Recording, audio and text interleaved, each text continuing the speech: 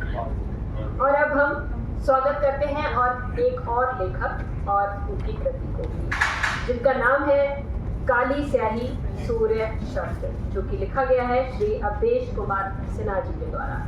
इस पुस्तक का परिचय देने के लिए मैं आवाज देती हूँ डॉक्टर रक्षा मेहता जी को। रक्षा मेहता जी, आपका बहुत बहुत स्वागत है। और वक्ताओं से मेरा एक विनम्र अनुरोध है कि वो अपने समय सीमा का ध्यान रखें। आइए रक्षा जी, स्वागत है।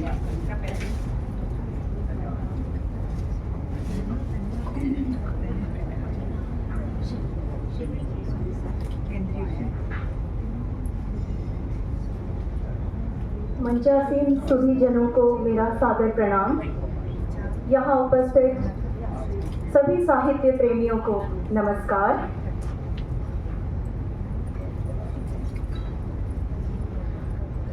मुझे प्रवीण जी ने समय सीमा दी थी कि 5 मिनट ही बोलना है, और ये भी कहा था करने की आवश्यकता नहीं, वो सभी के लिए है। सीमा वही है। और ये भी कहा था 6 मिनट की समीक्षा नहीं करनी है, पुस्तक परिचय पढ़ना है।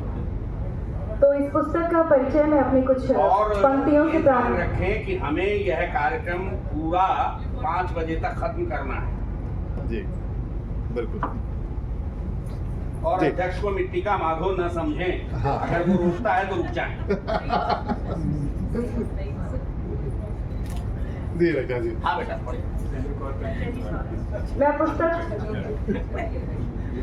मैं परिचय का प्रारंभ अपनी कुछ पंक्तियों द्वारा करूंगी।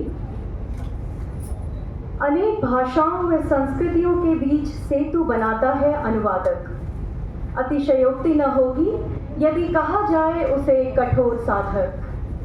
साहित्य प्रेमियों को अनेक साहित्यकारों से मिलाता है, विश्व भर के साहित्य को एक भाषा में समेट लाता है। मूल लेखक की अपेक्षा अनुवादक का लेखन अधिक चुनौतीपूर्ण इसलिए होता है क्योंकि वह कल्पना की स्वतंत्र उड़ान नहीं भर पाता। उसका लक्ष्य किसी कृति का शब्दशः अनुवाद करना भी नहीं होता, अपितु मूल कवि तथा लेखक के विचारों व भावों को अक्षुण्ण रखना भी होता है। इस दृष्टि से उसका दायित्व मूल रचनाकार तथा पाठक दोनों की ओर होता है। इस बड़े दायित्व का निर्वहन करते हुए हिंदी साहित्य के वरिष्ठ साहित्यकार अवधेश कुमार सिन्हा जी ने रची है पुस्तक काली स्याही सूर्य शब्द, जिसमें आपने नोबेल पुरस्कार विजेता एशियाई तथा अफ्रीकी साहित्यकारों की यादगार रचनाओं का हिंदी में अनुवाद किया है। इसके साथ ही आपने 5 अन्य साहित्यकारों की बेहतरीन रचनाओं का अनुवाद कर अपनी पुस्तक काली स्याही सूर्य शब्द में संकलित किया है। यह पुस्तक संभावना प्रकाशन हापुड़ से प्रकाशित हुई है। अनुवाद करने हेतु बांग्ला, चीनी, हिब्रू, जापानी, अरबी, कोरियाई तथा फारसी भाषा की रचनाओं के अलग अलग अनुवादकों द्वारा अंग्रेजी में किए गए रूपांतरण को आधार बनाया गया है। इस पुस्तक में नोबेल पुरस्कार विजेता भारतीय कवि एवं लेखक श्रद्धेय रविंद्रनाथ ठाकुर की भावनात्मक गहनता पर आधारित बांग्ला कहानी काबुलीवाला के सटीक अनुवाद के साथ गुरना के उपन्यास पैराडाइज का एक अंश, नागीब महफूज की कहानी half a day, Samuel Joseph Agnon की हिब्रू भाषा में लिखी कहानी ऑर्केस्ट्रा, हांगकांग द्वारा कोरियन भाषा में रचित उपन्यास द वेजिटेरियन का एक अंश और हान पामुक के उपन्यास माय नेम इज रेड का अंश, यासुनारी कावाबाता विरचित जापानी कहानी मदर, बोले सोइंका का नाटक अ dance of the forest, Moyn विरचित चीनी उपन्यास रेड सोरघम का अंश, नादेन गॉडिमर द्वारा लिखित उपन्यास बर्गर्स डॉटर के एक अंश का उत्कृष्ट अनुदित रूप पढ़ने को मिलता है। आप केवल इन श्रेष्ठ रचनाकारों की रचनाओं का सटीक अनुवाद ही नहीं करते, अपितु उससे पूर्व उन लेखकों तथा कवियों का समस्त जीवन चित्रण भी करते हैं। उनके जन्म, शिक्षा दीक्षा, पारिवारिक व देशकालिक परिस्थितियां, लेखन की प्रेरणा, लेखन के विषय, भाषा, शैली, कृतियां आदि सबसे इतनी गहराई से परिचय कराते चलते हैं कि पाठक उनकी रचनाओं से पूरी तरह जुड़ सकें। सरल, सुसंस्कृत, सुस्पष्ट एवं विद्वता से परिपूर्ण भाषा में आपने विश्व साहित्य की वैचारिक, राजनीतिक, सामाजिक, सांस्कृतिक तथा मनोवैज्ञानिक पृष्ठभूमियों को अपनी एक पुस्तक में समाविष्ट कर लिया है। यह केवल पुस्तक ही नहीं, अपितु रचनाकार की प्रखर मेधा, प्रबुद्धता, सृजनात्मकता, विश्लेषणात्मकता तथा गहन संवेदनशीलता का जीवंत उदाहरण है। अनेक लेखकों, कवियों, भावों, विचारों, पृष्ठभूमियों, संस्कृतियों व धारणाओं को स्वयं में समाहित किए हुए इस पुस्तक की काली स्याही से लिखे गए शब्द सूर्य की तरह साहित्याकाश में चमकेंगे। इन्हीं शुभकामनाओं के साथ अवधेश जी को बहुत बहुत बधाइयाँ। धन्यवाद। बहुत बहुत धन्यवाद आपका डॉक्टर रक्षा मेहता जी। आइए और आप मंच से अनुग्रह करेंगे, निवेदन करेंगे कि वो मंच सम्मान करें।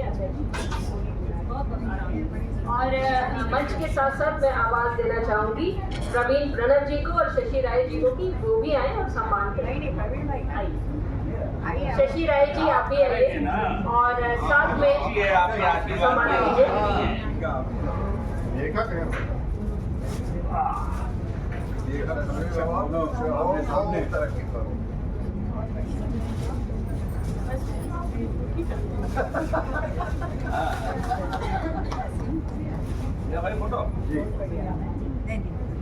बहुत बहुत धन्यवाद आपका। बहुत बहुत धन्यवाद, बहुत धन्यवाद। अब हमारी तीसरी पुस्तक है काली स्याही सूर्य शब्द। इस पुस्तक के लोकार्पण के लिए भी मैं मंच से आग्रह करती हूँ कि वे अपने कर कमलों से इस पुस्तक का लोकार्पण करें।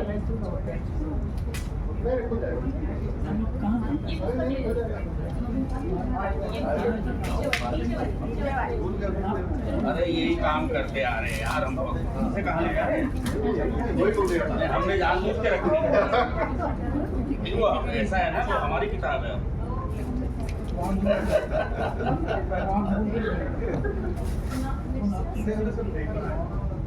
सब देखना। वाह, बधाई आपको।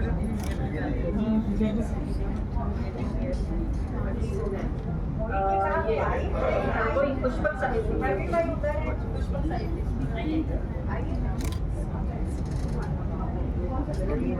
रवीन जी आ जाइए। रवीन जी आइए। फोटो लेने के लिए लोग आप इसमें शामिल है। आइए आपका हाथ ऑलरेडी लगा हुआ है उसमें। आपको किताबी अच्छा तो आपका है। हाँ जी, डन। थैंक यू सर, बहुत बहुत धन्यवाद आपका। और इसी श्रृंखला में आगे बढ़ेंगे और हम आवाज देंगे श्री अवधेश कुमार सिन्हा सर को। सर आप आए और अपने शब्दों से हम सबको अनुग्रहित करें। आपका बहुत बहुत स्वागत करते हैं मंच पर। आइए।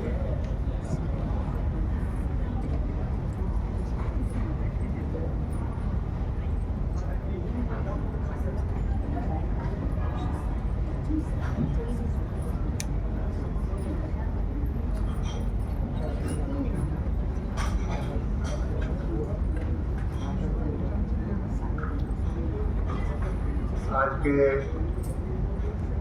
कार्यक्रम के दूसरे सत्र के मुख्य अतिथि पद्मश्री व महासहस्रावधानी परम श्रद्धेय डॉक्टर गायकी पाटी नरसिम्हा राव जी, सत्र की अध्यक्षता कर रहे मेरे अति प्रिय स्नेही बंधु प्रोफेसर ऋषभदेव शर्मा जी, विशिष्ट अतिथि और साहित्यकार और इस किताब की भूमिका लिखने वाले प्रोफेसर गोपाल शर्मा जी, जिन्होंने भूमिका लिखकर इस किताब की भूमिका लिखकर मुझे किताब दिया। आदरणीय श्रीमान कुमारी जी, आदरणीय अनिल कुमार झा जी, मेरी छोटी बहन मीना मोटा जी, पुत्री समान शिल्पी, बस्ती जी, और मेरे सारे आत्मीय बंधु, 4 वर्षों के बाद हैदराबाद की धरती पर वापस आया हूँ। यह अवसर मेरे लिए सुखद भी है और दुखद भी। मैं चाहता था कि इस विषय को मैं स्किप कर जाऊं, क्योंकि जब इस विषय पर मैं आऊंगा तो भावुक हो जाऊंगा और कुछ बोल नहीं पाऊंगा। लेकिन इस किताब से जुड़ी बात है तो मुझे ये कहना पड़ रहा है। जब भी हैदराबाद आता रहा हूँ, यहाँ से जाने के बाद भी, तो सबसे पहले अहिल्या जी के दर्शन होते थे, उनका आशीर्वाद मिलता था, मार्गदर्शन मिलता था। इस बार जब आया हूँ उससे वंचित हो गया। आज जिस साहित्य की, सांस्कृतिक और साहित्यिक पत्रिका का लोकार्पण हुआ है, पुस्तक साहित्य का, बतौर उसके संपादक मंडल का सदस्य होने के नाते मैं करीब 8-9 सालों से लगातार उसका एक स्थायी स्तंभ विश्व साहित्य लिखता रहा हूँ। इस पत्रिका की प्रधान संपादक आदरणीय डॉक्टर अहिल्या मिश्र जी, जो मेरी बड़ी बहन थी, अक्सर वो मुझे कहती, आपने इतना कुछ लिख दिया है विश्व साहित्य पर, आप इसका एक संकलन क्यों नहीं निकालते? आप निकाल दीजिए कि जो लोग पुस्तक साहित्य की नहीं पढ़ पाते, जब ये किताब आ जाएगी तो लोग उसको पढ़ेंगे और एक ही जगह पढ़ लेंगे। मैं थोड़ा सा आलस्य रहा, मुझे, मैं टालता गया, लेकिन जब उनका आदेश हो गया तो मैंने कभी भी उनके आदेशों की अवहेलना नहीं की।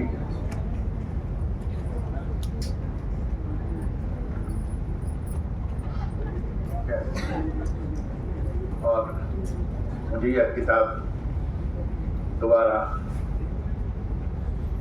दूसरे फॉर्म में, तो ये विस्तृत और बड़े फॉर्म में लिखनी पड़ी। लेकिन ये दुर्भाग्य देखिए मेरा कि आज जब यह किताब लोकार्पित हुई तो वो नहीं है। इस पुस्तक की भूमिका लिखे जाने का भी एक अजीब संयोग है। विदेशी साहित्यकारों पर यह किताब है और इस किताब की भूमिका भी विदेश की धरती पर ही लिखी गई है। इस किताब की भूमिका प्रोफेसर गोपाल शर्मा जी ने लिखी, जो पंचाशीन हैं। जिस समय उन्होंने इसकी भूमिका लिखी उस समय वो द नीदरलैंड में थे, यूरोप में थे, और उन्होंने कृपापूर्ण द नीदरलैंड से ही इसकी भूमिका लिखकर मुझे भेजी। मैं उनका कृतज्ञ हूँ, आभारी हूँ। अभी रक्षा मेहता जी ने इस किताब का थोड़ा सा परिचय दिया। उन्होंने इसके अनुवाद कर्म पे थोड़ा ज़्यादा एम्फेसिस दिया। यह पुस्तक केवल अनुवाद नहीं है, थोड़ी सी एक, या तो लोगों ने इसे मिसअंडरस्टूड कर लिया। जब भी आप किसी अपनी भाषा से इतर किसी भी साहित्यकार के बारे में लिखेंगे जो आपकी भाषा में नहीं लिखी गई है, और यदि आप उसके रचनाओं की चर्चा कर रहे हैं तो उसके रचनाओं का कुछ अंश तो अनुवाद करना ही पड़ेगा, क्योंकि आप उस मूल भाषा में तो उद्धृत नहीं कर सकते।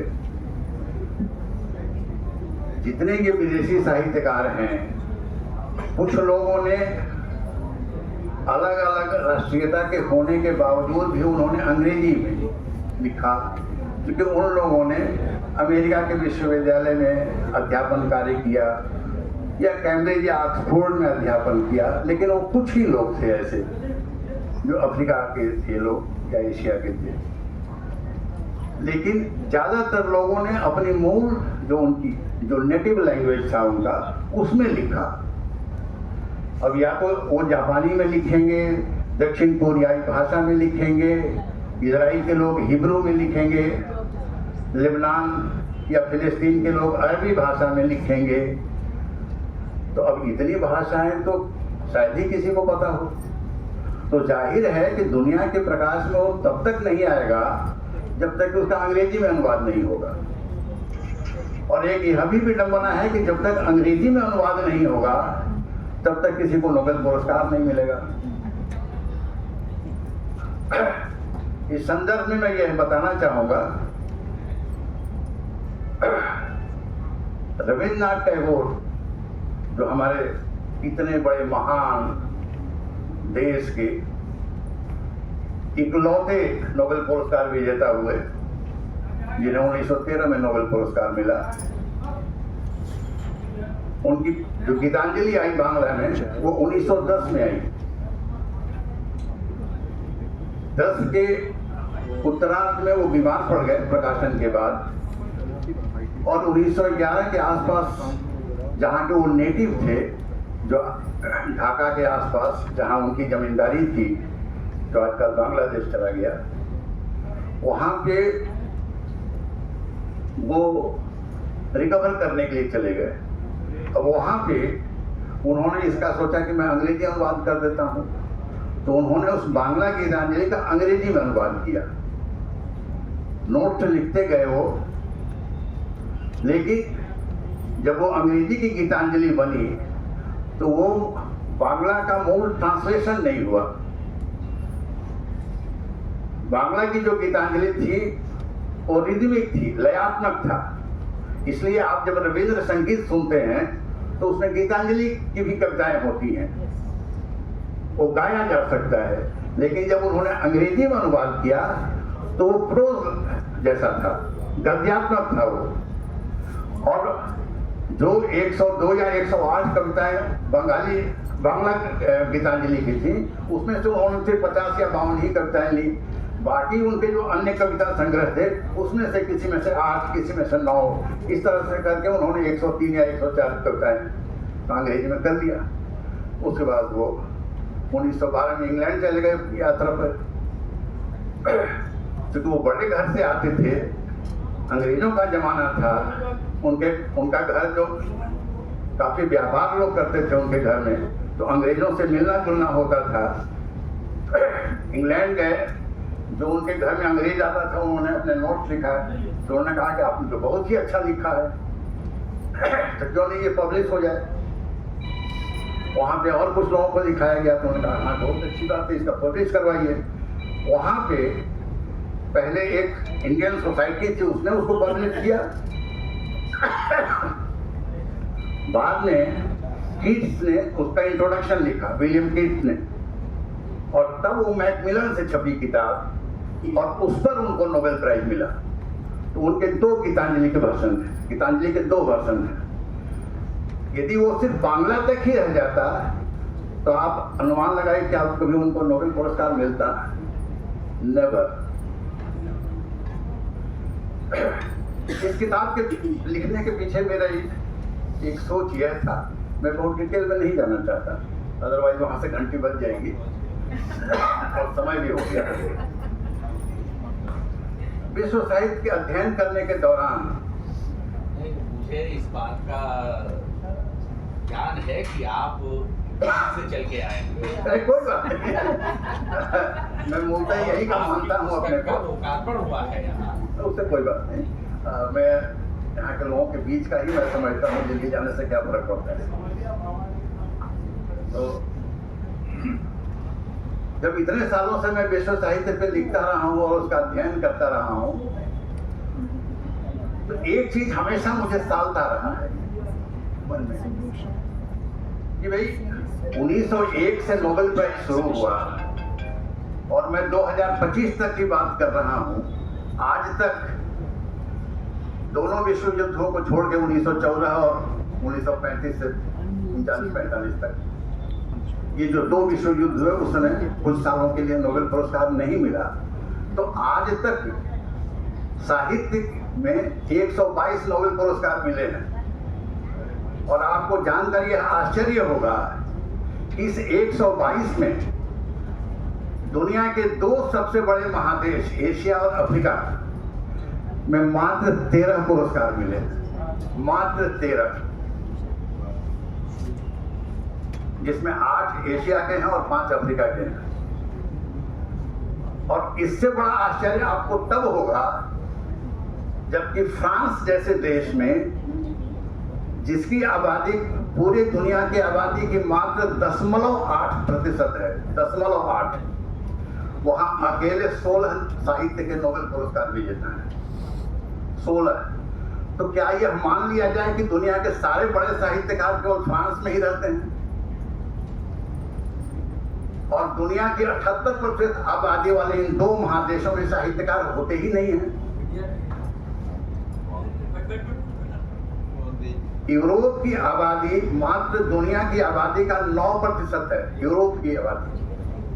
इस 122 में 85 नोबेल पुरस्कार विजेता केवल यूरोप के हैं, केवल यूरोप के। मैं लैटिन अमेरिका और अमेरिका की बात नहीं कर रहा हूं, यूरोप का। तो क्या दुनिया के सारे बड़े साहित्यकार केवल यूरोप में ही बसते हैं? 1913 में रविंद्रनाथ को नोबेल पुरस्कार मिलने के बाद क्या पिछले 112 सालों में भारत की इतनी समृद्ध भाषाएं हैं, क्या कोई एक भी ऐसा साहित्यकार पैदा नहीं हुआ जो नोबेल पुरस्कार के योग्य होता? कोई नहीं हुआ। चाहे बांग्ला हो, मराठी हो, तमिल हो, तेलुगु हो, हिंदी हो, कोई नहीं रहा ऐसा। तो मेरी ये इच्छा हुई या जिज्ञासा कहिए मेरी, भाई ऐसा क्या रहा एशिया और अफ्रीका के साहित्यकारों में जो यूरोप की तुलना में इतना कमतर क्यों रहा? तो मैंने कहा ठीक है, मैं अफ्रीका और एशिया के उन साहित्यकारों में जानना चाहूंगा कि क्या कठिनाई है। मैं यूरोप के साहित्यकारों को तो पढ़ता ही रहा, अमेरिका और लैटिन अमेरिका के, चाहे गार्सिया मार्केज हो लैटिन अमेरिका के या यूरोप के जितने साहित्यकार हों। तो ये मैं देखना चाह रहा था कि कहाँ कमी रह गई। मुझे तो कोई कमी नजर नहीं आई, कहीं कमी। यहाँ तेलुगु के विद्वान लोग बैठे हैं, मराठी के भी कुछ लोग हैं, मुझे पता नहीं तमिल के लोग हैं कि नहीं, हिंदी वाले तो हैं ही, कोई है ही नहीं साहित्यकार हमारे यहाँ। तो मैंने कहा ठीक है, मैं केवल अफ्रीका और एशिया के साहित्यकारों पर ही ये पुस्तक लिखूंगा। इसलिए इस किताब में कुल 15 साहित्यकारों की चर्चा है, जिसमें कि 10 नोबेल पुरस्कार विजेता हैं और 5 ऐसे हैं जो पोटेंशियल नोबेल पुरस्कार विजेता हैं। ऐसे ऐसे साहित्यकार हुए हैं जैसे प्रोफेसर गोपाल शर्मा जी जानते हैं, अदोनिश, उनका पूरा नाम है शहीद इस्बार अहमद, साहित्य में उनका उपनाम अदोनिश है। मेरे ख्याल से वो 93 या 94 साल के हो गए, अभी भी जीवित हैं। वो लेबनान के हैं लेकिन अब फ्रांस में रहते हैं। 3 या 4 बार उनको नोबेल के लिए नॉमिनेट किया गया, लेकिन किसी ने उनको नोबेल पुरस्कार नहीं दिया। तो ऐसे 5 साहित्यकारों को जो पोटेंशियल नोबेल पुरस्कार विजेता हो सकते थे, उनको मैंने दिया। इस तरह से 15 लोगों के बारे में है। अनुवाद के बारे में मैंने बता दिया कि उनके, जब मैं उनकी रचना की बात करूंगा तो उनकी रचनाओं के कुछ अंश तो इसमें रखूंगा ही, तभी तो उनके साहित्य के बारे में पता चलेगा। तो यह केवल अनुवाद नहीं है, ये उनका पूरे जीवन, उनके कृतित्व के बारे में, उनकी रचनाओं के बारे में इसमें पूरी तरह से चर्चा है। हाँ, एक बात ये है, जैसे मैंने कहा कि साहब आज एक राजेंद्र जी की किताब का अंग्रेजी अनुवाद सामने आया। कभी कभी आपस में जब चर्चा होती है, मैंने कभी आचार्य से भी कहा, प्रोफेसर गोपाल शर्मा तो अंग्रेजी में लिखते ही हैं, भाई अंग्रेजी में जब तक नहीं होगा, आप बताइए वो क्या नाम था जिसको बुकर प्राइज मिला था, कौन सी? गीतांजलि। यदि उनकी किताब का अंग्रेजी अनुवाद नहीं होता तो दुनिया जानती क्या? वो गुड़गांव में रहती हैं, हिंदी में उन्होंने लिखा, रेत समाधि, अंग्रेजी अनुवाद हुआ तब दुनिया जानती। ठीक है, तो मेरे ख्याल से मेरा ये मानना है कि जब तक यहाँ के जितने भी बड़े साहित्यकार हों, चाहे किसी भी भारतीय भाषा के हैं, जैसे श्रद्धेय गिरि की पाटी जी हैं, यदि इनकी रचनाओं का केवल तेलुगु तक ही सीमित रह जाए तो कौन जानेगा।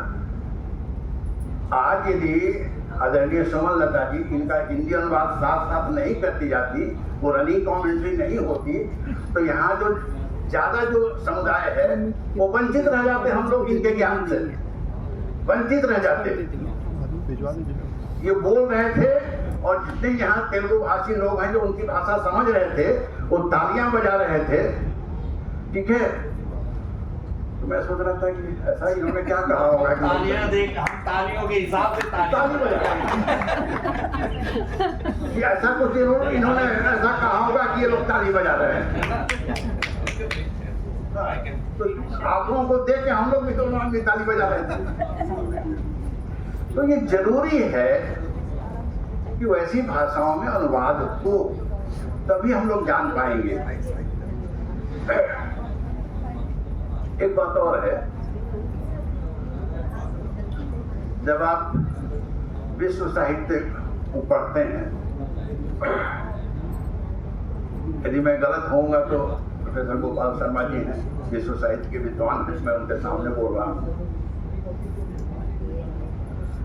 अलग अलग देश की सभ्यता और संस्कृति अलग है।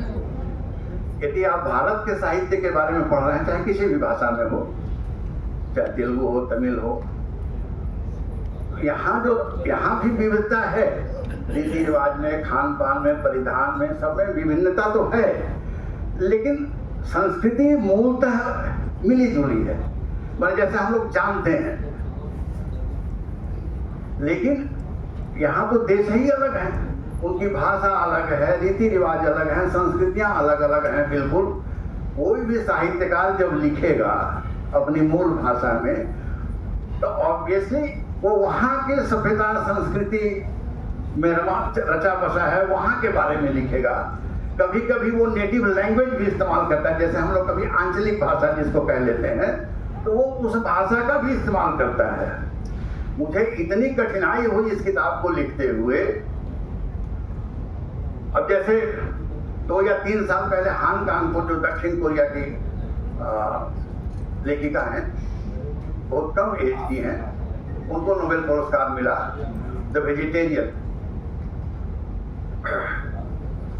ज्यादातर उसमें खान पान को लेके, पति पत्नी दोनों ही नॉन वेजिटेरियन, पत्नी अचानक वेजिटेरियन हो जाती है, वो फ्रिज से सारा नॉन वेज निकाल कर फेंक देती है, पति बाहर से आता है, खाना मांगता है तो उसको वेजिटेरियन खाना दिया जाता है, वो झल्ला जाता है, पत्नी से कहते हैं ये क्या है, जैसे हम लोग कहते हैं घास फूस क्या है ये, वो भी झल्ला गया। तो वो हर खाना के बारे में पूछता है, ये आज तुमने नहीं बनाया, तो कहा नहीं मैंने तो फेंक दिया, ये नहीं बनाया आपने तो फेंक दिया। ठीक है, तब वो पूछता तुम क्या खाओगी, तो वो कुछ वेजिटेरियन खाना बनाती है कि मैं तो ये खा लूंगी। तो कहता है तुमको हो क्या गया है, तुमने क्यों फ्रिज से फेंक दिया है, तो कहते हैं आई हैव टर्न वेजिटेरियन। पागल हो गई हो क्या? ठीक है, पर सडनली हो गए।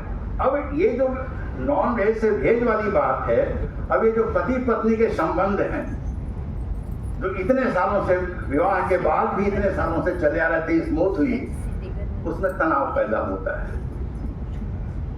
फिर उसका देवर है, इवन कि उसकी छोटी बहन भी उसका साथ नहीं देती है। ये जो अब यहाँ पर क्या है कि वहाँ भी पैट्रियार्कल सोसाइटी है, साउथ कोरिया में पति का वर्चस्व है, तो यहाँ एक पुरुष प्रधान जो समाज है, वहाँ जो पति पत्नी का संबंध है कि पत्नी पे दबाव डाला जाता है कि नहीं तुमने ये क्यों किया, ऐसा किया। अब उसमें ऐसे ऐसी खाने पीने की चीजों की बात है, कभी जीवन में सुना ही नहीं, भारतवर्ष में तो ऐसा खाना होता नहीं। नॉर्थ ईस्ट में भी वैसा खाना नहीं होता। अब इतना मुझे खोज करना पड़ा कि सर ये खाना होता क्या है, मैं तो कैसे समझूंगा, मैं कैसे लिखूंगा उसके बारे में।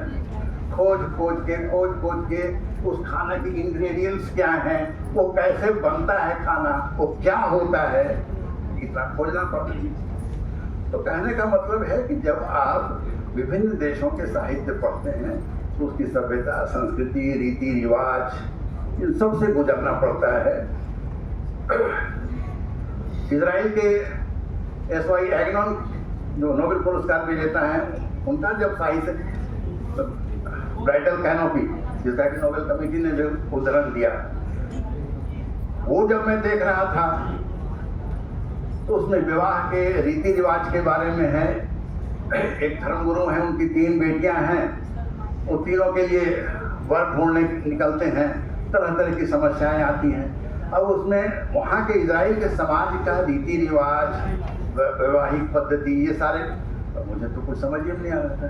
और पूरा रिसर्च करो कि उनका यहूदी धर्म क्या कहता है, उनका रीति रिवाज कैसा है, वो कैनोपी कैसे बनता है, तो वो सर्च करो, ये करो। कहने का मतलब है कि जब आप इस तरह से गुजरेंगे तो ये बहुत लंबी यात्रा है। जब आप पढ़ेंगे इस किताब को तो आपको भी अच्छा लगेगा, आप इस यात्रा से गुजरेंगे। चीन के मोहयान के बारे में पढ़ते, वहाँ का जो कल्चरल रिवॉल्यूशन हुआ जेडोंग के ज़माने में, ये सब हुआ। जो सीनो जैपनीज वार हुआ, जापान ने जब आक्रमण किया चीन पर और वहाँ के लोगों को सताया, उसके बारे में है। अब वो इतिहास में जाइए तो आपको इतिहास भी पढ़ना है, इकोनॉमिक्स भी पढ़ना है, थोड़ा सा एंथ्रोपोलॉजी भी पढ़ना है, सब कुछ देखना है। और अंत में जिन लोगों ने भी इस किताब में सहयोग दिया, और मैं इनको क्या कहूँ कि जो कैमरामैन हैं, आज जो कैमरामैन बने हैं, वास्तव में इसका जो आवरण चित्र है वो इन्होंने ही बनाया।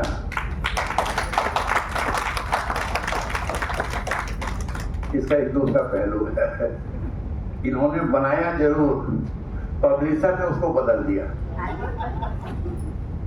जब उसने बदला तो वो मुझे पसंद नहीं आया। मैंने कहा इसमें ये चीज होना चाहिए, उसने कहा कि नहीं ये नहीं होगा। मैंने कहा नहीं ये तो होगा। फिर मैंने इनको कहा, तो उन्होंने कहा कि हाँ हो सकता है। उसने कहा कि ये तो मुझसे नहीं होगा, फिर मुझे वो डिज़ाइन वाले को देना पड़ेगा। मैंने इनको फ़ोन किया, हमने कहा जी वो ऐसा कह रहा है। इन्होंने कहा कि आप मुझे दीजिए। इन्होंने 2 मिनट में पता नहीं कैसे करके दे दिया। तब वो पब्लिशर कहते तो बहुत अच्छा बन गया। हमने कहा तो प्रवीण जी अब पब्लिशर तो नहीं बनेंगे। ठीक है, इनका सहयोग रहा।